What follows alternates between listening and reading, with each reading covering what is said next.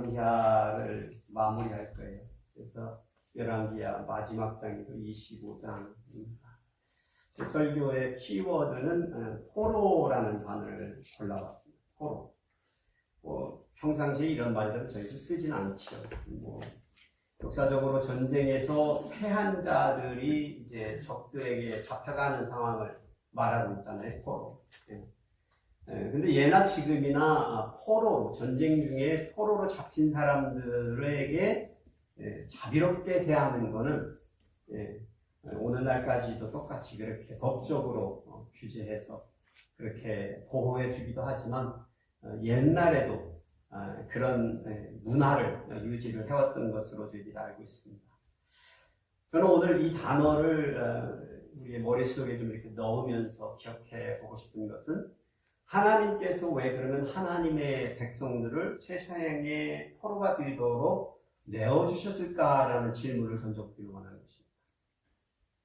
또 이 포로라는 단어를 상징적으로 좀 생각해봐서 우리의 삶 속에서도 어떤 형태로든요, 정신적으로든지 감정적으로든지 아니면 육체적으로 원치 않는 어떤 상황에 포로가 되어가지고 살아가는 경험이 우리에게는 있었다는 것을 기억할 수 있습니다. 크고 작은 것들이지만 우리가 어떤 것들에 사로잡혀서 포로되었던 적이 있었다는 것이죠. 또 행여 지금 또 그렇게 오늘 그렇게 살아가시는 분이 계실 수도 있습니다. 중요한 것은 이런 상황 가운데에서 포로가 되었든지 안 되었든지 간에 이런 상황 가운데서 우리가 어떻게 강해지고 우리가 어떻게 하나님의 섭리를 찾아가는지를 알게 되는 것이 중요한 것 같습니다. 그러나 이러한 질문에 대한 답이 쉽지는 않잖아요. 이런 상황 가운데서 어떻게 우리가 하나님의 섭리를 찾아가는 것이죠. 쉽지 않은 도전입니다. 결론부터 말씀을 드리자면 우리 하나님께서는 때때로 우리를 시련에 빠뜨리시고 우리가 세상에 포로된 자로서 살게 하시는데 허락하시는데 놔두시는데 버리시는데 거기에는 하나님의 더 큰 목적이 우리가 생각하는 것보다 우리가 알고 있는 것보다 더 큰 기밀스러운 목적이 늘상 존재해왔다는 사실입니다. 오늘 우리는 본문의 말씀을 통해서 열왕기하의 25장의 말씀을 쭉 바라보면서 세상에 포로된 자들이지만 과연 그러면 누구의 포로된 자들인가? 그런 질문을 던지는 거예요. 당연하게 적의 포로가 되었겠지. 누군가가 중독의 포로가 되었다면 중독이겠지만 누군가가 미움과 시기에 포로가 되었다면 그거에 사로잡힌 포로가 되었겠지만 아니면 세상의 명예의 포로가 되었다면 그것에 사로잡힌 포로가 되겠지만 욕심이 야망이 사로잡혔다면 그것들의 포로가 되었겠지만 이런 질문을 던지고 싶으면 누구의 과연 포로인가? 하나님을 사랑하는 자들, 하나님의 백성들에게는 세상에 누구에게 포로가 되었든지 간에 하나님께서 함께 해주신다는 약속에 의거해 보면 어쩌면 그 포로의 여정 가운데 하나님께서도 함께하고 계시지 않는가. 과연 그러니까 우리는 어쩌면 하나님의 포로가 되어서 그 길을 가고 있지 않는가 하는 생각을 해보는 것입니다. 오늘 교독의 말씀은 1절에서 12절만 교독을 하고 나머지는 설교 말씀을 통해서 다루기로 하겠습니다. 나는 포로된 적이 있다. 상징적으로든지 그런 삶을 살아본 적이 있다. 하시는 분들이 먼저 읽어보시고 다음을 나머지 분들이 교독하시겠습니다. 시작!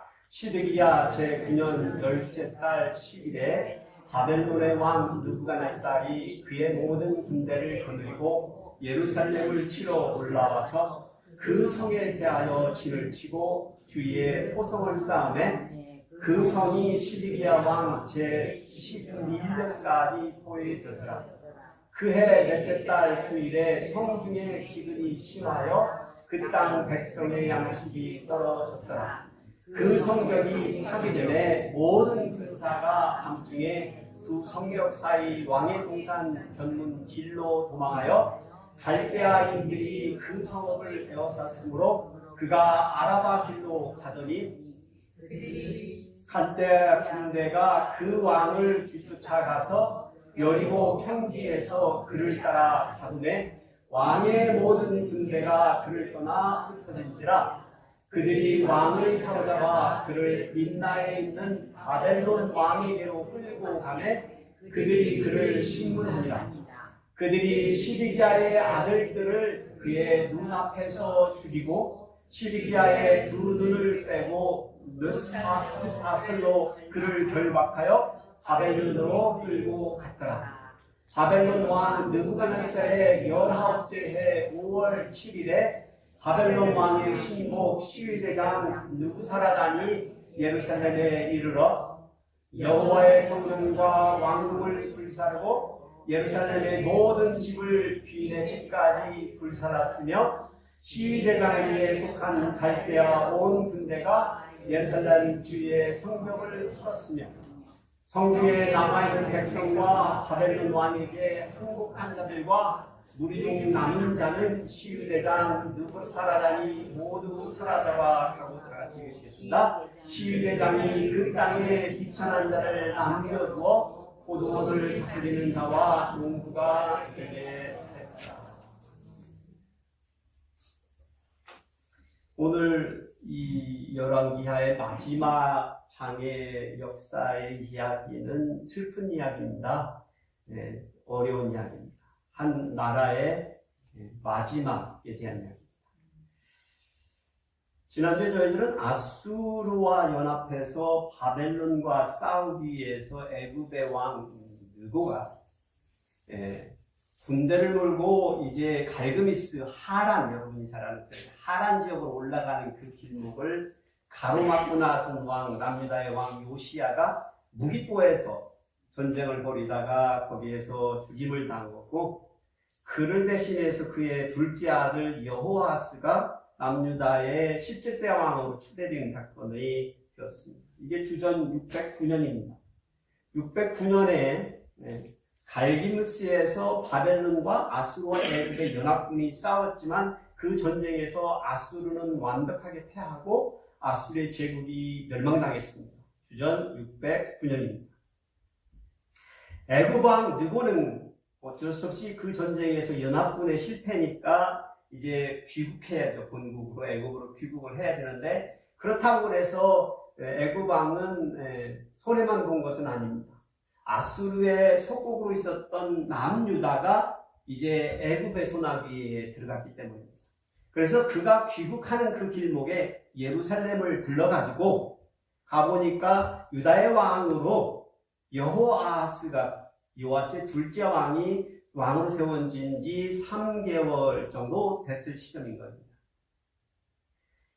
그래서 애굽 왕 느고는 여호아스 이 왕을 결박하여서 애굽으로 포로로 잡아가기로 결정을 하고 그의 형 첫째 아들 엘리야킨 여호야김으로도 알려져 있는 이 사람을 왕으로 세워놓고 남유다가 애굽에게 조공을 바치는 속국으로 약조를 받고 그렇게 본국으로 여호아스를 왕을 포로로 삼아서 데리고 갔고 결국 그는 애굽에서 죽었을 것입니다. 남유다의 이제 새로운 왕이 된 여호야김은 11년 동안을 통치를 했습니다. 그런데 그의 나라와 그 백성들이 고난의 역사를 거쳐갔을 것은 뻔합니다. 왜냐하면 애굽의 속국에서도 문제지만 그가 통치를 시작한 지 4년째, 4년째가 주전 605년입니다. 609년에 아스리아가 망했고 4년이고 605년이죠. 605년에 바벨론의 느부갓네살 왕이 군대를 이끌고 남유다로 침공해 온 것입니다. 침공해 왔는데 남유다가 목표가 아니에요. 애굽과의 전쟁을 치르기 위해서 남하하고 있었던 것입니다. 그렇게 해서 애굽과 전쟁을 애굽의 국경선에서 벌였는데 불행인지 그 전쟁이 무승부였습니다. 무승부는 무승부였지만 바벨론이 이 전쟁에서 얻은 것은 남유다를 바벨론의 속국으로 이제 얻은 것입니다. 애굽에는 저는 한 채의 땅도 얻을 수 없었지만 그들의 손아귀에 남유다가 떨어진 것입니다. 그래서 바벨론 왕이 유다의 많은 도시를 점령하고 유린하고 나서 금은보화를 탈취하고요. 귀족과 장인과 왕실의 일원들, 여러분이 잘 아는 다니엘과 새 친구들 같은 사람들을 포로로 끌고 바벨론으로 간 것입니다. 우리는 이것을 여러분이 잘 알고 있는 주전 605년에 벌어진 바벨론 제1차 포로 사건입니다. 여호야김은 이제 바벨론 왕에게 충성 맹세를 이제 하고 살아남았어요. 여전히 왕이 되어 있었던 것입니다. 그런데 뒤로는 여전히 애국과 내통하면서 여러분의 반란을 꾀한 거예요. 바벨론에 대해서.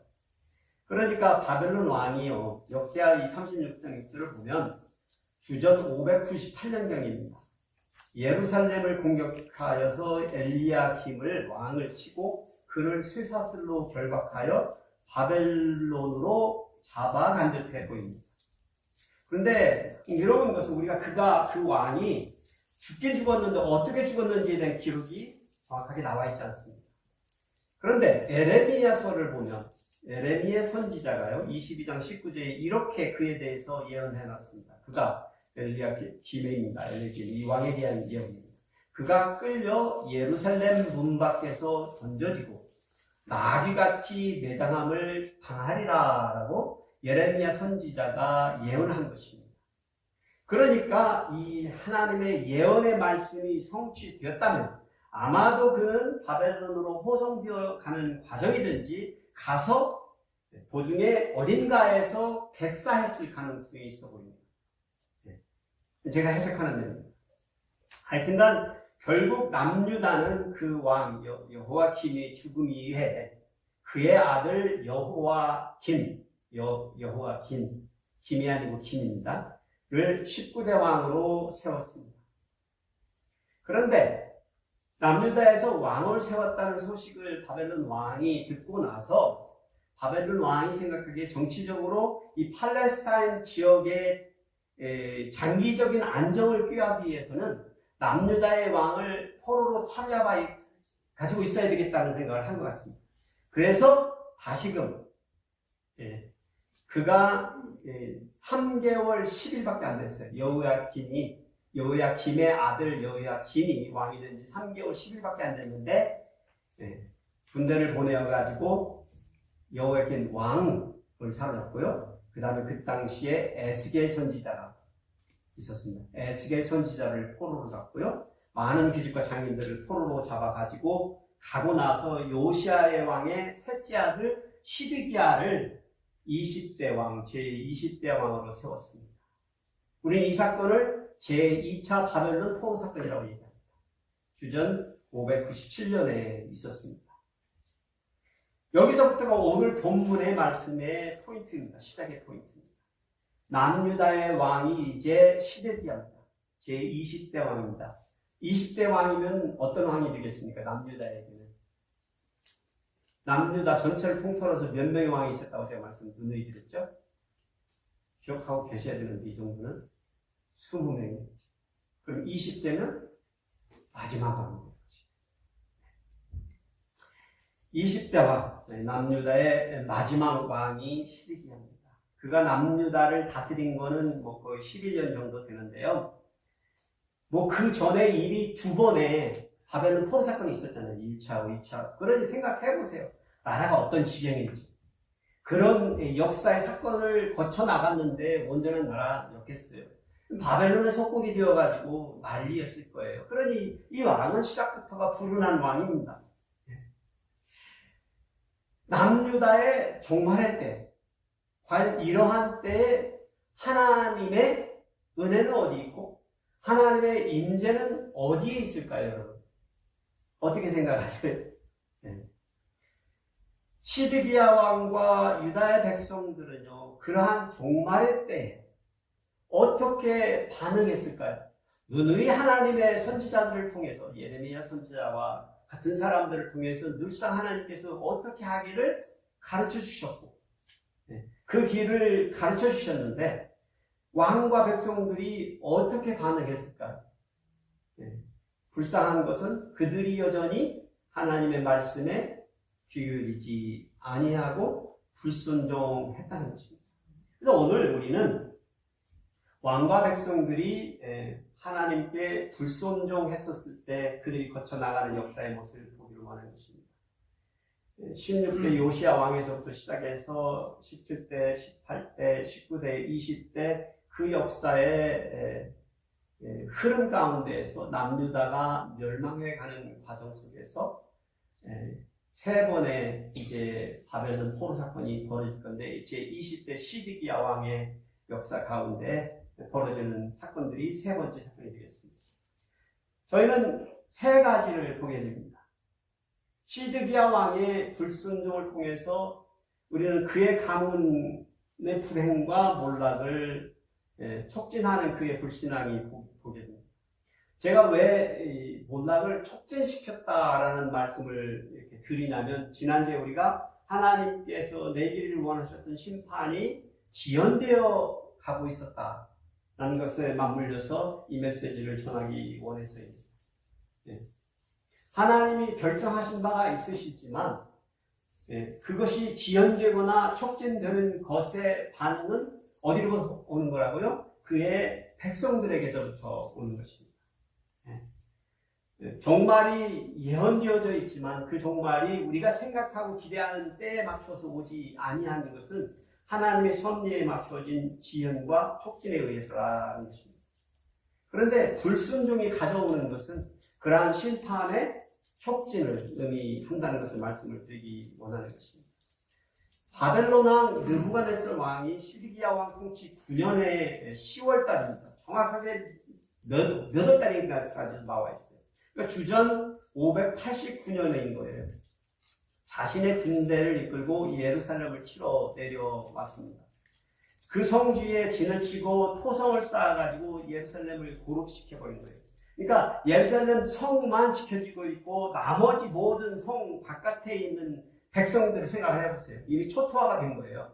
성만 이제 왕과 함께 지키고 있는 거예요. 그런데 바벨론 왕이 그렇게 와가지고 예루살렘 성을 에워싸고 있었던 그 기간이 거의 3년이라는 기간입니다. 상상을 해보십시오. 성 안에 갇혀서 3년이라는 기간을 적의 포위와 공격을 막아내고 있어야 되는 그런 비참한 상황인 것입니다. 그러니 예루살렘의 모든 사람들이 고립이 되어버린 거죠. 그래서 시드기야 왕 제 11년을 다스렸다고 그러는데 11년이니까 주전 586년이 되겠습니다. 이 3년간의 포위와 가운데서 얼마나 바벨론 군대들이 항복하기를 종료했겠습니까? 그 비참함을 상상을 초월할 수 있는 상황입니다. 그런데 이 모든 것이 이런 사태를 촉진시킨 장본인은 누구라고요? 시드기야 왕과 그의 백성들이라는 것입니다.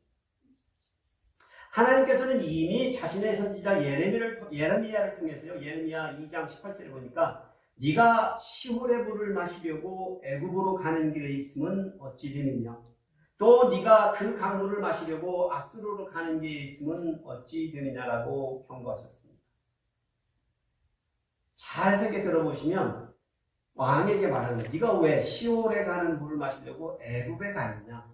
왜 애굽과 화친하려고 하느냐라고 묻는 거잖아요. 그렇죠? 그리고 또 한 가지 흥미로운 것은 또 네가 그 강물을 마시려고 아수르로 가는 길에 있는데 그건 어찌 되느냐? 근데 아수르는 이미 멸망한 나라잖아요. 멸망한 제국이잖아요. 그 무슨 얘기예요? 아직도 그 잔당들이 어딘가에 있는데 그들과 함께 뭘 꾀하고 있어요? 반역을 꾀하고 있다는 거예요. 누구에 대해서? 바벨론에 대해서. 여러분이 생각하기에 하나님이 그러면 바벨론 편인가? 이렇게 생각하시면 그것 또한 오해시겠죠. 제가 누누이 말씀을 드렸습니다. 하나님께서는 제국들을 들어서 늘상 그 백성들을 다스려 주시고 훈육하시는 막대기로 몽둥이로 사용하셨다는 거예요. 그리고 그러한 것이 그때에 맞춰서 하나님이 판단하신 옳은 때에 맞춰져서 이루어진다는 거예요. 그러니까 바벨론이라는 나라를 늘상 항상 의존하라는 게 아니라 그 당시에 그때 하나님께서 그렇게 해야만이 그 나라의 존재함이 유지된다는 것을 말씀해 주셨다는 거예요. 그래서 선지자를 통해서 그 말씀을 해주신 거잖아요. 그런데 그의 신하와 백성들이 어떻게 했다고요? 2절에 보니까 이렇게 되어 있습니다. 그와 그의 신하와 그의 땅 백성이 여호와께서 선지자 예레미야에게 하신 말씀을 듣지 아니하니라. 자기들의 소견에 옳은 대로 그렇게 판단하고 여전히 애굽에게 파친해야 된다고 아수르의 잔당들과 뭔가를 꾸며 봐야 한다고 생각하고 하나님이 경고하시는 바벨론의 소나기에 잡혀 있어라라고 말하는 그 말씀을 반하는 정치를 했다는 것입니다. 시드기야 왕이 하나님의 말씀에 대해서 불순종했었을 때 그 원인이 바벨론 왕의 분노를 유발했고요. 그것이 남유다의 멸망을 자촉했다는 것입니다. 한 나라의 왕의 잘못된 판단으로 인하여 결국 서원에 있던 모든 백성들이 양식이 떨어져 굶어 죽어가는 것까지 당하는 엄청난 고난의 시간에 직면해 있습니다. 예레미야서 50장 6절에 보니까 그해 넷째 달 9일에 성중에 기근이 심하여 그 땅 백성의 양식이 떨어졌다. 3년이면 오래 버틴 거죠, 사실. 굶어 죽어가는 상태가 된 것입니다. 신화적인 얘기를 들어보면, 성경에 나와 있지 않는 얘기지만, 자식을 잡아먹는 데까지 상황이 벌어졌다는 이야기가 있을 정도입니다.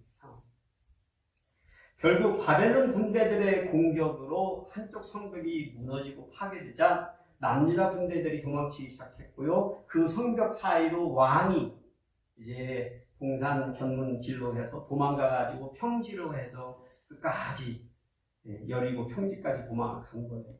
그래서 바벨론의 군대들이 뒤따라와가지고 왕을 사로잡았습니다. 그래가지고 사로잡은 왕과 이제 왕의 식구들, 식솔들과 함께 그 고관들을 림나에서 진을 치고 있었던 바벨론의 왕 앞으로 끌고 가서 그곳에서 바벨론 왕의 신문을 당한 것입니다. 그 자리에서 시드기야 왕이 지켜보는 가운데에서 그의 모든 자식들이 처죽임을 당했습니다. 그리고 왕은 두 눈이 뽑혀가지고 두 눈을 그냥 뽑아버린 거예요. 넷 사슬로 결박되어서 바벨론으로 호송되어서 결국에는 바벨론에서 옥사하고 말았다는 것입니다. 여러분, 그렇습니다. 하나님께서는 그의 백성들에게 주어진 어떠한 환경이나 모든 상황 가운데에서도 여전히 누구의 약속을 지키시기를 원하신다고요? 자신의 약속, 하나님의 약속. 인간이 처한 어떤 상황이 우리에게 변명의 거리를 주지 않는다는 거예요. 내가 평안할 때나 어려울 때나 고난이 있을 때나 고통이 있을 때나 핍박이 있을 때나 상관이 없다는 거예요. 늘상 하나님께서 바라시고 원하시는 것은 하나님의 그 약속의 말씀을 붙들고 사는 백성이 되기를 원하신다는 거예요. 그래서 여러분이나 저희가 지금 직면한 어떤 불가능한 고통스러운 이 현실 속에 있어서도 우리 스스로의 지혜나 경험이나 뜻이나 감정에 의존하기보다는 누구의 섭리를 찾는 것이 중요하다고요? 하나님의 말씀을 붙들고 사는 저와 여러분이 되는 것이 중요하다는 말씀을 선포해 주고 있는 것입니다. 두 번째로 시드기야 왕의 불순종이 가져온 것은 여호와의 백성들의 포로됨과 죽음을 촉진시켰습니다. 사실 전쟁 중에 죽어난 많은 군사들을 우리가 생각할 수 있습니다. 그런데 군인들만 죽어나가던가요? 지금 팔레스타인하고 저쪽에 이스라엘 막 싸우고 있잖아요. 지금 보면은 누가 죽어나가요? 애매모호한 애들과 아낙네들과 시민들이 무관 시민들이 죽어나가잖아요. 이 당시라고 달랠 바 있었겠어요? 하나님의 백성들의 불순종은 불순종한 자들에게만 그 심판이 임하는 것이 아니라는 사실을 기억할 필요가 있습니다. 내 잘못과 내 죄악을 통하여 나만 고통받는 게 아니고 내 사랑하는 주위에 있는 사람들까지도 함께 이것을 감수해야 된다는 것이 문제입니다. 남유다의 고통은요, 백성들의 집이 무너지고 기근에 시달리는 것에서 멈추지 않았습니다. 오늘 본문에 거론되는 사람들이 몇이 있습니다. 이들은 죽음이 기다리고 있는 사람들이에요. 대제사장 스라야와 부제사장 스바냐와 성전 문지기 세 사람. 아주 흥미롭습니다. 이렇게 다 몇 명까지도 이렇게 기록을 하고 있어요. 성중에서 군사를 거느린 내시 한 사람, 왕의 시종 5사람, 백성을 징집하는 장관의 서기관 한 사람, 성중에서 만난 백성 60명, 이 모든 사람을 시위대장 느부사라단이 사로잡아 가지고 림나 바벨론 왕 앞으로 나갔다는 거예요.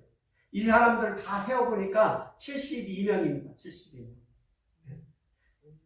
네. 이 사람들은 사실은 특별한 사람이기도 하지만 상징성 있는 사람들입니다. 어쩌면 이 사람들은 온 남유다의 모든 백성들을 대표하는 숫자의 사람들일 것입니다. 네. 그런데 그들을 바벨론 왕이 어떻게 했다고요? 하멜 땅 림나에서 다 쳐주겠습니다. 이들은 무지한 백성들로 처형당한 사람들이에요. 아무런 죄를 지은 적이 없습니다. 바벨론 왕의 막강한 힘을 보여주기 위해서 본보기로 바벨론 왕을 그렇게 쳐주겠는지도 모릅니다. 아니요. 어쩌면 시드기야 왕과 하나님의 말씀에 대한 불순종 때문에 그들이 무고한 피를 흘려 죽임을 당한 것일 수 있습니다. 남유다의 불행은 그러나 계속되었습니다. 예레미야서 52장 30절에 보니까 느부갓네살의 제23년에 사령관 느부사라단이 사로잡아간 유다 백성이 745명이래요. 그러니까 제3차 포로 때 잡혀간 사람이 740명. 네. 그리고 그 총수가 1차, 2차, 3차에서 4,600명 정도. 그런데 이때 당시에 유대인들은 그 사람을 계수할 때 20세 이상의 어른들, 남자들만을 계수하잖아요. 그러니까 잘 생각해 보시면 아넥나들과 어린아이들까지 포함을 치면 10,000명은 좋게 넘는 사람들이 포로로 잡혀갔다는 것입니다. 그 당시에 포로는 그 사로잡아간 나라에 뭐가 되는 거죠? 종이 되는 것입니다. 종이 되는 것입니다. 사실 포로된 자들이 상징해 주는 것은 이 사람들은 더 이상 자기 나라가 없다는 거예요. 이 사람들은 더 이상 그 사람들을 다스려줄 왕이 없다는 거예요. 그들은 왕도 없고 나라도 없고 오고 갈 데도 없는 그런 비참한 사람들이라는 거예요. 오늘날에도 세상에서요, 지금 가장 불행한 사람들이 있어요. 전쟁 중이지만 피난민으로, 난민으로 인정을 받지 못하고 떠도는 사람들이 수백만 명입니다. 그러니까 국제법으로 어느 나라도 그 사람들을 인정해주지 않는 거예요. 난민으로도 인정을 안 해주는 거예요. 그러니까 갈 곳도 없고 도망칠 곳도 없는 사람들. 수백만 명입니다. 수백만 명. 그러니까 국경지대의 남은 나라에서 그야말로 선진승처럼 살아가는 사람들이 널려 있습니다. 이때 당시에 포로들은 그런 사람들입니다. 오고 갈 데 없는. 그래서 상징적인 의미가 더 큰 거예요. 10,000명이지만 10,000명이 주는 의미는 엄청나다는 거예요. 어떻게 해서 하나님께서 자기의 백성들을 이렇게 내버려 두실 수 있으시죠? 이런 어려운 가운데 그들을 내버려 버리시는 거예요. 이런 것들이 우리에게 가르쳐주는 것이 있습니다. 하나님께서는 늘상 경고하셔서 말씀하셨어요. 그런 상황 가운데서 우리가 여전히 하나님을 향한 진정한 의존성을 보여주고 충성을 배우라는 거예요. 배우라는 거예요. 포로로 사로잡혀간 백성들이 바벨론의 포로가 되어서 종이 되었지만 제가 서론의 설교의 타이틀을 통해서 약간 언지를 해드렸어요. 지금 이들은 누구의 포로가 되어 있다고요? 하나님의 포로가 되어 있다는 사실을 잊어서는 안 해야 되는 것입니다. 여전히 하나님께서는 그런 상황 가운데서 하나님을 의지하고 하나님께 순종하는 백성이 되기를 원하시다는 것입니다. 때로는 우리는요, 우리 사랑하는 백성들이 당하는 고통 가운데에서 그런 경험을 하시는 경우에 우리가 그런 과정을 통하여서 배워야 하는 것이 있습니다. 고민해봐야 되는 것이 있습니다. 이러한 시련은 때로는 우리가 더욱더 하나님을 의지하기를 바라시는 하나님의 뜻, 어떻게 하면 하나님을 더 신뢰할 수 있는지를 배울 수 있는 기회야 역할이라는 것입니다. 그래서 우리는 늘상 어려운 상황, 또 더더욱이나 불가능한 상황, 이런 상황 가운데서 우리가 하나님을 더 깊이 의지하고 하나님의 말씀에 더욱더 순종해 나갈 수 있는 그런 은혜와 사랑을 사모하는 하나님께서 그렇게 나타내 주실 것이기 때문에 그런 성도들이 되기를 원하시고 기대하시는 저와 여러분이 되시기를 축복해 드립니다. 아멘. 세 번째로 시드기야 왕의 불순종이 가져온 것은 여호와의 성전의 파괴와 모독을 촉진시켰습니다. 이 세 번째 심판의 내용은 우리 성도들에게는 아주 영적인 메시지를 전해주고 있습니다. 제가 생각할 때 하나님께서는 자기의 영광을 스스로 내려놓으신 것을 상징한다고 생각해요. 하나님께서 가지고 계신, 쓰고 계신 영광의 멸관을 땅에 내려놓고 스스로 지금 이 모든 세상의 제국으로부터 멸시와 모독을 당하고 계시다는 거예요. 우리는 우리가 당하니까 하나님 왜 이런 고난과 아픔과 고통을 통해서 나만 이렇게 하냐고 울부짖을 수 있지만 하나님께서 지금 자기의 백성을 이 길로 인도하실 때는 하나님 스스로가 자기의 영광을 내려놓으신 거예요. 영광을 받으시기를 거부하신 거예요. 왜냐 하나님의 백성들을 통해서 하나님의 영광이 드러나기도 하고 감추어지기도 하기 때문에. 주전 586년 5월 7일입니다. 바벨론 왕은 자기의 신복 시위대장 느부사라단을 예루살렘에 파견해서 성전과 왕국을 불사르는 일을 했다라고 아주 자세하게 지금 본문에서 설명해 주고 있습니다. 예루살렘의 모든 집도 태우고 왕궁도 태웠지만 제일 먼저 거론된 건 뭐예요? 여호와의 성전입니다. 이방인들을 섬기는 바벨론 갈대 사람들은요 우상신들을 모으는 취미가 있었어요. 이방신들을 모으는 취미가 있었어요. 그들이요 자기들의 바벨론의 수호신으로 여기는 마르둑이라는 신도 있었고요. 이시타르, 아세라상을 섬기는, 바알상을 섬기는, 아낙락이라는 하여튼 다양한. 그러니까 여호와 하나님도 그들은 인정하는 게 아니고 그저 취미처럼 수집하는 정도였던 거예요. 그러니 그들이 여호와의 성전이 있는 예루살렘에 와서 한 게 뭐예요? 그 모든 것을 가져가고 싶어 했던 거죠. 그래서 여기 보세요. 여호와의 성전에 놓여있던 거룩한 기물들을 부서뜨려 바벨론으로 가져가는 것을 두려워하지 않습니다.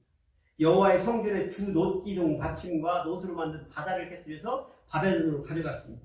성전의 두 기둥은 한 기둥의 높이가 약 8.2m나 됩니다. 성전에 있었던 두 기둥이요. 예. 그 위에 또 높이가 1.4m나 되는 청동으로 만든 장식이 있었습니다. 그걸 다 가져간 거예요. 예.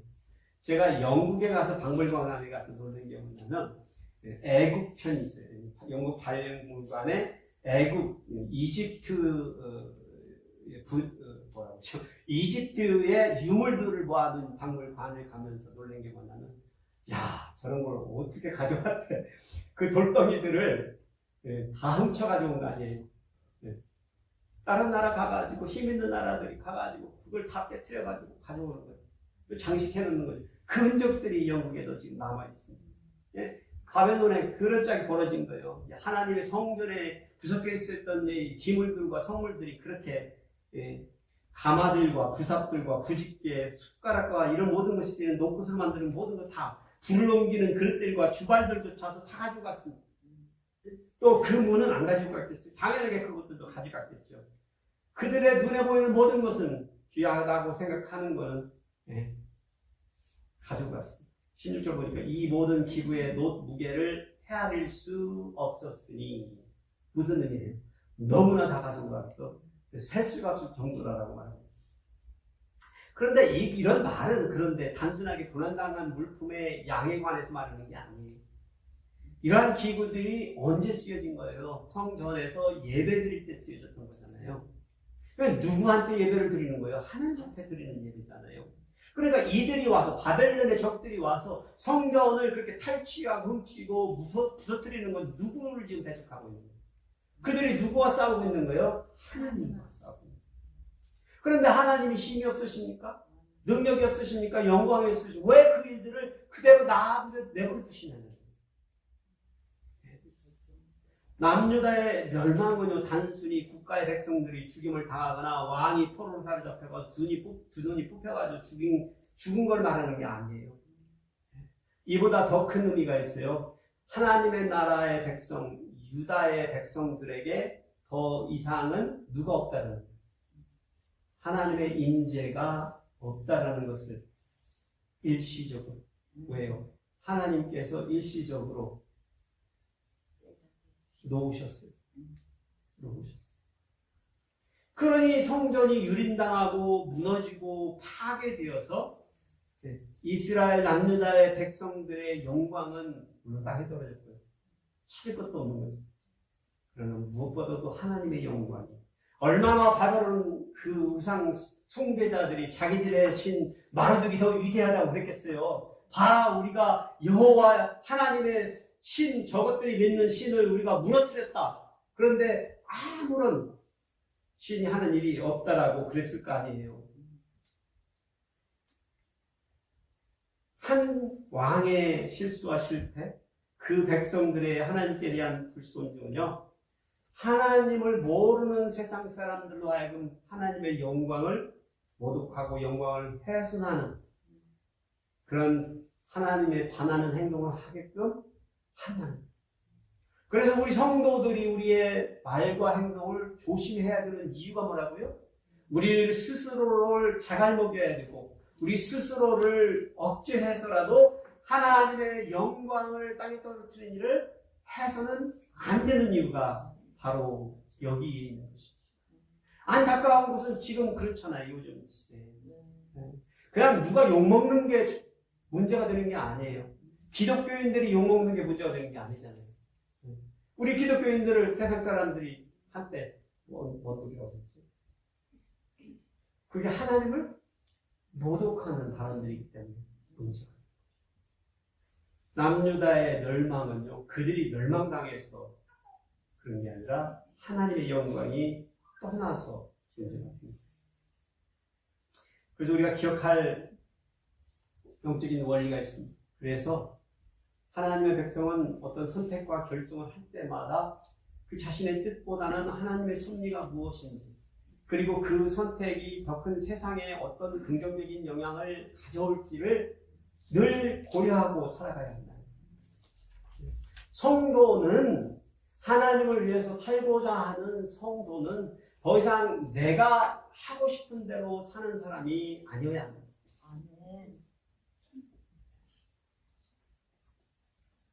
내가 살고 싶은 대로 성공적으로 살기 위해서 믿음을 유지하는 게 아니라니까요. 내가 잘 되기 위해서 믿음 생활을 하는 게 아니라니까요. 이건 다 우상 숭배자들이 이미 하고 있는 일을 여러분이나 제가 답사하고.